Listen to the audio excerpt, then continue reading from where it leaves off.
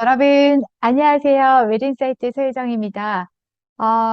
네, 오늘 또 예쁘게 해서 나오면 좋은데, 오랜만에 나왔는데, 사람들이 자꾸 저한테, 야, 너 머리가 뭐냐, 화장이 뭐냐, 뭐 이런 거 얘기를 많이 하는데, 좀 예쁘게 하면 좀 더 이렇게 보기 좋지 않느냐. 네, 원래 제 강의는 또 보기 좋은 강의는 아니잖아요. 생각 많이 하게 하는 강의고, 좀 어렵잖아요. 근데 여러분들이 그래도 꾸준하게 네, 봐주시고, 또 필요하신 분들 정보를 얻어가시고, 이제 그런 것들이 저한테는 굉장히 가치 있는 일들이라서, 그냥 오늘도 그냥 해요. 네, 좀 양해해 주세요. 네, 그런 거 하느라고 진짜 중요한 거 못 하겠어요. 네. 자, 저희 업체는요, 리서치 및 네, 데이터 분석 개선 제안을 통해서 지금 제 머리 뒤에 가렸는데, 교육을 진행을 하고 있습니다. 환자 중심을 선택한 병원들이 그 길이 어렵지 않도록 네, 돕는 역할들을 하고 있습니다. 저는 웨린사이트의 대표 서혜정입니다. 지금 현재 심평원에 바로 본론부터 들어가도 되죠? 네. 혹시나 이게 무슨 말인지 모르겠다 하시는 분들은 앞에 거 조금 보시고 공부를 조금 하시고 진행을 하겠습니다. 제 강의 듣고 나서 이런 피드백이 있어요. 좀 어렵다라는 피드백들이 있는데, 공부를 앞에서부터 조금 해와야 돼요. 근데 지금 담당자가 이제 되시거나 아니면 이제 예정이신 분들은 이제 제 강의를 그런 분들이 더 듣는 분들도 있어요.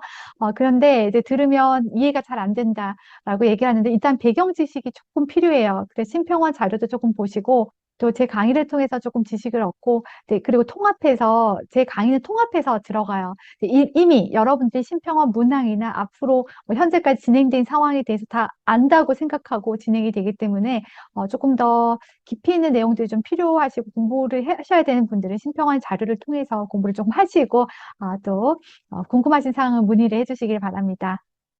지금 심평원의 한자경험 평가는 전 국민이 공개가 된 상황이 이제 2021년께 2022년 7월 말에 공개가 됐죠.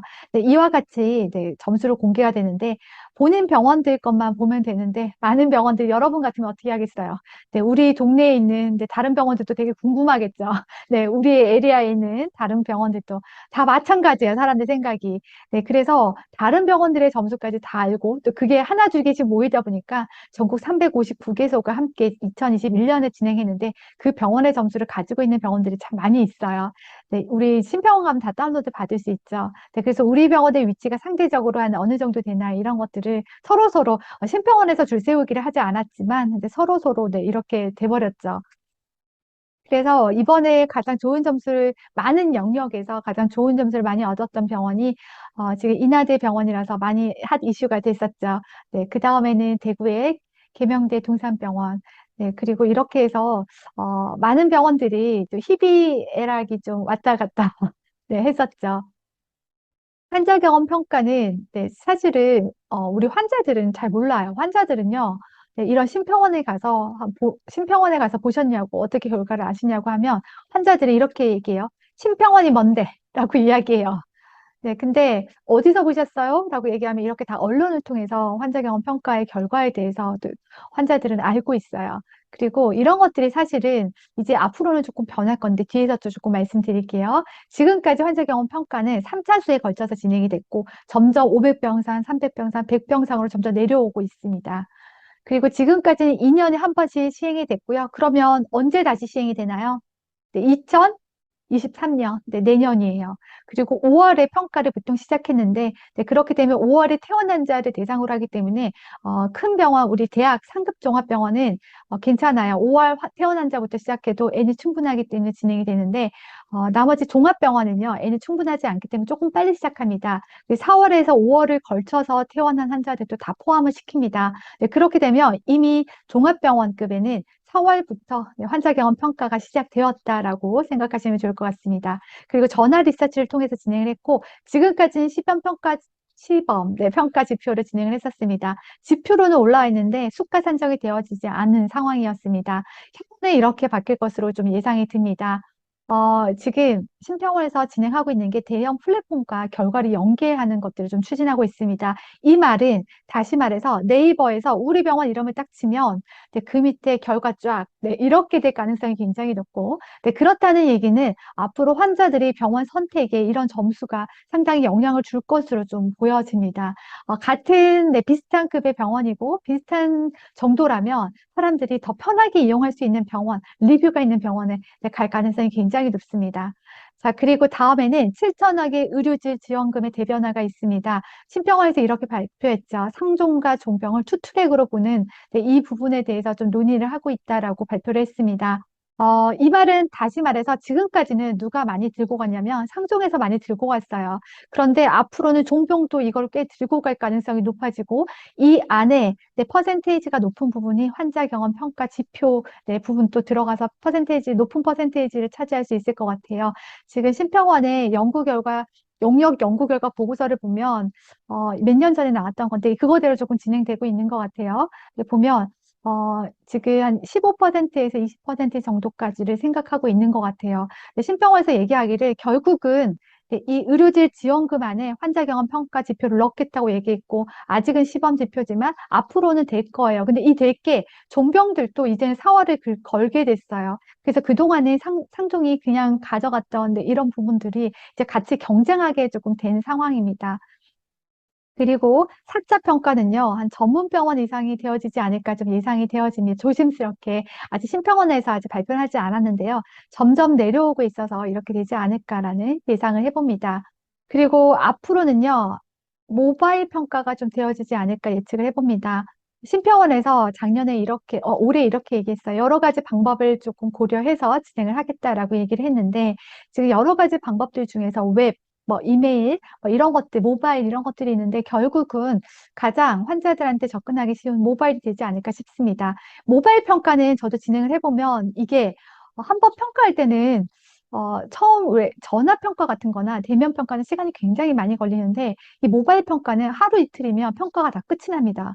환자들이 아주 쉽게 응답을 하게 되고 또 우리가 쉽게 이 응답자들의 응답을 받게 됩니다. 그래서 이렇게 되면 결국은 매년 진행이 되지 않을까라는 예측을 해보고요. 2024년이라고 제가 적어놨는데 외래는 아직 어떻게 될지 모르겠는데 모바일 평가가 중간에 들어오게 되면 외래 평가는 조금 더 늦어지지 않을까라는 생각이 드는데 그래도 2024년에서 2025년은 될 것 같아요. 결국에는 다시 말해서 외래도 뭐 진행을 한다라는 말씀드리고 수가 반영 아까 앞에서 얘기 드렸고 결국 이 모든 상황을 로 통합하면 이제 입원과 외래 환자 경험 평가를 지속적으로 네, 평가를 해야 되고 이로 인해서 우리가 이 평가는 항상 평가하고 나서 결과가 나오잖아요. 근데 그 결과를 우리가 뒤에 게 더 중요해요. 네, 관리가 좀 필요하다라는 말씀을 드려요. 여러분들 보시면 병원에서 네, 지속적인 평가에 이미 너무 네, 소진하는 그런 분들이 있어요. 그런 담당자들이. 제 강의를 듣는 분들이 거의 대부분 담당자일 거라고 제가 조금 예상이 돼요. 네, 그래서 제가 그냥 그렇게 얘기할게요. 네, 지속적인 평가가 이게 한 30%라면 관리가 한 70%. 네, 지속적인 평가를 또 누군가 대신 해주는 병원들이 있어요. 네, 뭐 외주를 맡긴다던가. 네, 그러면 100% 관리를 해야 되잖아요. 근데 그게 잘 안 되는 거예요, 병원에서. 근데 앞으로는 네, 이런 것들이 굉장히 필요하다. 지금 이벤트성으로 하는 병원들이 있다면 뭐 1년에 한 번, 네, 1년에 두 번. 네, 이렇게 이벤트성으로 하는 병원들이 있다면 앞으로는 이 점수를 매달, 뭐 분기별, 적어도 분기별 이상은 좀 관리를 해야 되는 때가 왔다라는 말씀을 좀 드려봅니다. 그리고 저희 직원이 이건 얘기하지 말라고 했는데 네, 그러면 이제 약간 제 강에서 앙코가 빠진 느낌이에요. 근데 이런 것들이 사실 중요하잖아요. 그래서 관리 어떻게 해야 되는데 네, 이게 좀 중요하잖아요. 네, 그래서 이번에는 조금만 얘기를 해볼게요. 간호사 영역과 의사 영역에 대해서 네, 여러분들이 올해 준비해야 되는 것들에 대해서 말할게요. 올해는 특히나 사주기 인증을 좀 준비하는 병원들이 많아요. 그러면 인증이랑 같이 가면 되게 좋을 것 같아요. 제가 직접 해보니까 우리가 인증평가 때문에 저희 그냥 끼리 얘기하면 인증평가 때문에 네, 이런 것들도 좀 해야 돼. 같이 끼워 넣기가 조금 가능하더라고요. 네, 그래서 오히려 더 잘 되는 경우도 있더라고요. 네, 그래서 여러분께 조금 얘기 드리면, 간호사 영역은 네, 이렇게 존중과 예의, 경청, 병원 생활 알기 쉽게 설명, 도움 요구 처리 노력으로 돼 있죠. 가장 점수를 빠르게 올릴 수 있고, 또 가장, 어, 앞에 있고 다른 점수를 끌어가는 부분이 간호사 영역이에요. 해보니까. 근데 이 간호사 영역을 점수를 가장 빠르게 올릴 수 있는 길은 이거였어요. 네, 교육. 해보니까 교육이에요. 네, 우리가 이 교육 그럼 어떻게 해야 되냐? 네, 이 존중과 예의, 경청, 병원 생활 알기 쉽게 설명, 도움 요구 처리, 누려. 네, 어떤 교육이 필요하냐? 네, 요거를 여러분 메모하세요. 네, 표현해야 돼요. 네, 이런 것들을 표현할 수 있어야 된다는 얘기를 좀 드려봐요. 존중과 예의 어떻게 표현할 수 있어요?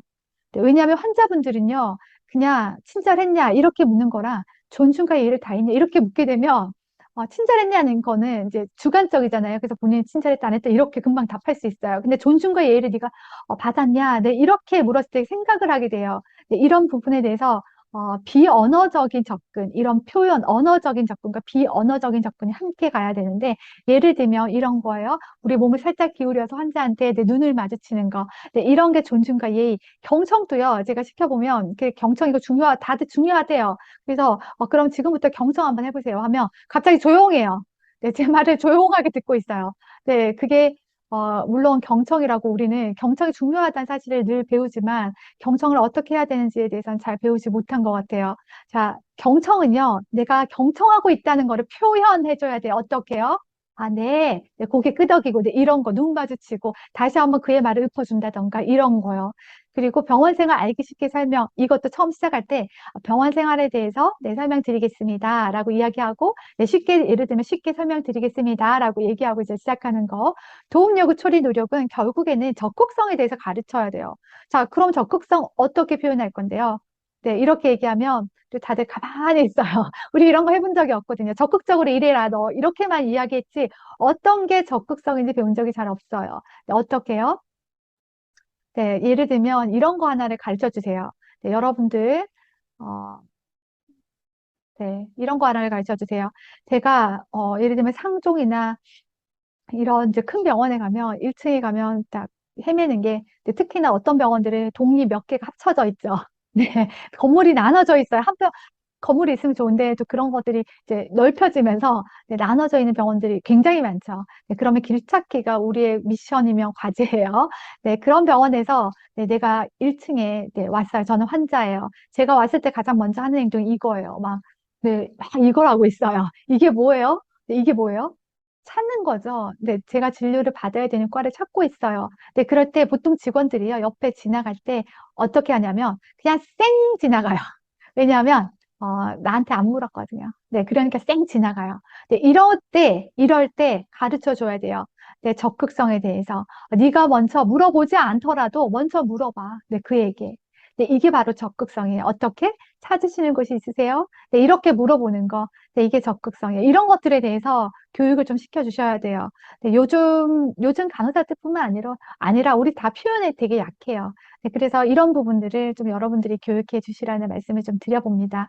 그리고 위로와 공감, 네, 위로와 공감도 네, 우리가 굉장히 중요하다는 얘기는 하는데 이걸 어떻게 표현해야 되는지 잘 모르시는 분들이 많아요. 특히나 의사 선생님들이 좀 이런 경우가 많아요. 뒤에서 조금만 의사 선생님들에게 가는 경우 조금만 얘기를 해볼게요. 일단은 교육할 때 네, 이렇게 많이 힘드셨겠지요. 네, 이렇게 교육하시잖아요. 네, 그러면 사람들이 다 그냥 말 따라해요. 네, 그러면 그 안에 비언어가 안 들어가 있어요. 네, 그러면 사람들이 이렇게 얘기해요. 우리 고객들이 이렇게 얘기하죠. 환자들. 사무적이다. 이렇게 얘기해요. 네, 이런 사무적이다 이걸 없애기 위해서는 선생님들이 이렇게 가르쳐 주셔야 돼요. 네, 언어적으로 얘기도 하지만 비언어도 굉장히 중요해요. 특히나 이런 말은 비언어가 함께 가야 된다. 어떤 거? 눈 마주치면서 같이 해보라 하세요. 네, 옆에 한 사람만 있어도 같이 해보라 하면 손잡고 토닥여 주고 이런 것들이 다 비언어예요. 네, 이런 것들이 함께 가져야 된다라는 말씀을 드려봅니다. 뒤에 있었군요. 네, PPT가. 네. 그리고 의사 영역에 대해서 좀 말씀드릴게요. 의사 영역은 질문도 참 많고, 이거는 우리가 해결을 할 수 없다. 네, 이렇게 생각하시는 분들 참 많아요. 근데 이제 우리 같이 가야 돼요. 의사 영역도 이제 같이 가야 돼요. 이제 모바일 평가가 되면 선생님들께서 지금까지 받은 평가 점수와는 달리 굉장히 깜짝 놀라는 점수를 받을 거예요. 아주 솔직한 점수예요. 모바일 점수는 훨씬 더 떨어져요. 환자들이요, 집에서 편안할 때 자기 편한 시간에 이렇게 편안하게 대답하거든요.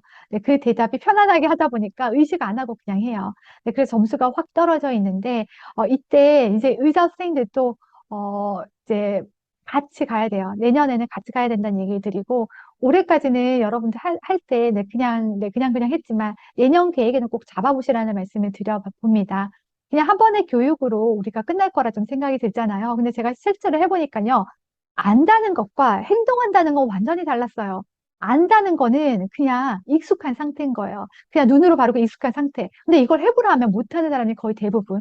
이걸 아는 것과 행동하는 것은 굉장히 다른 일이에요. 근데 우리가 제대로 알면, 네, 제대로 안다는 것은 우리의 말로 할 수 있을 때, 네, 이렇게 되면 행동으로 가는 거는 인지하고 있기 때문에 쉬워요.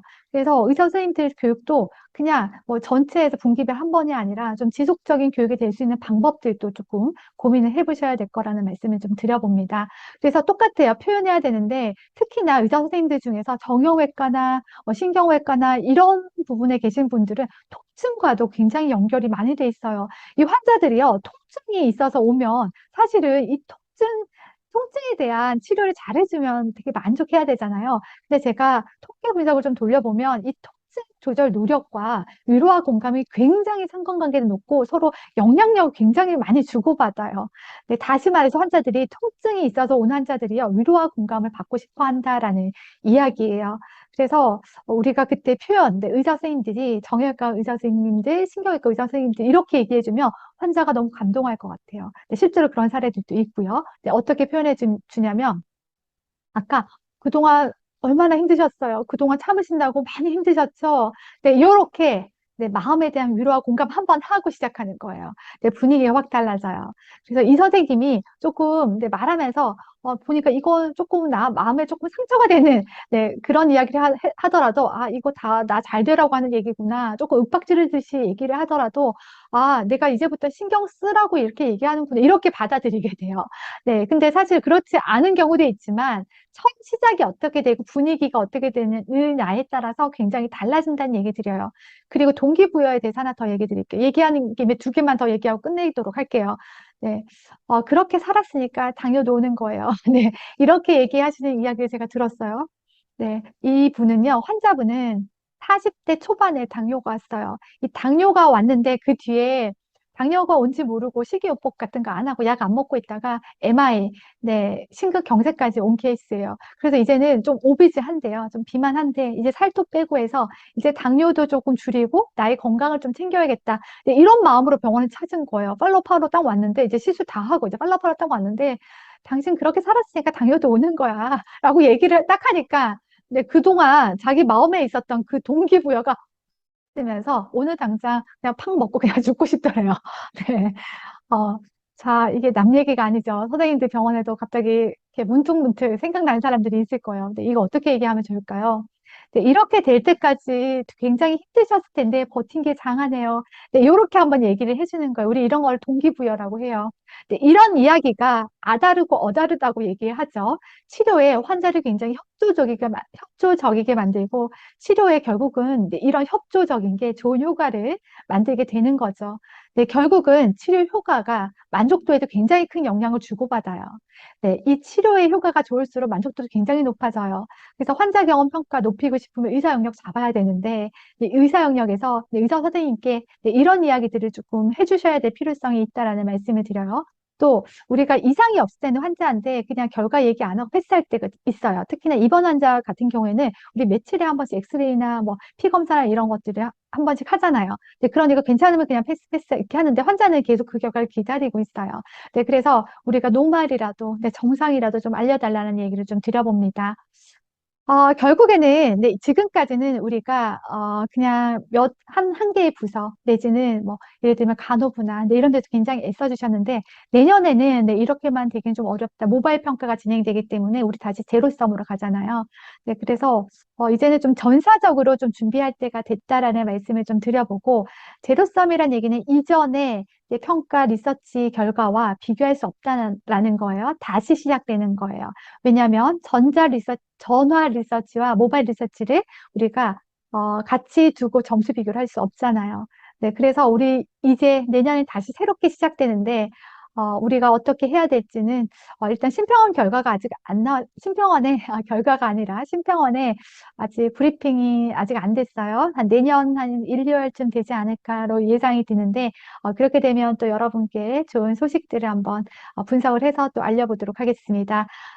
궁금하신 점은 제 이메일이나 연락처를 통해서 얘기해 주시면 언제든지 상세히 얘기를 좀 드려보도록 하겠습니다. 여러분 고생 많으셨습니다.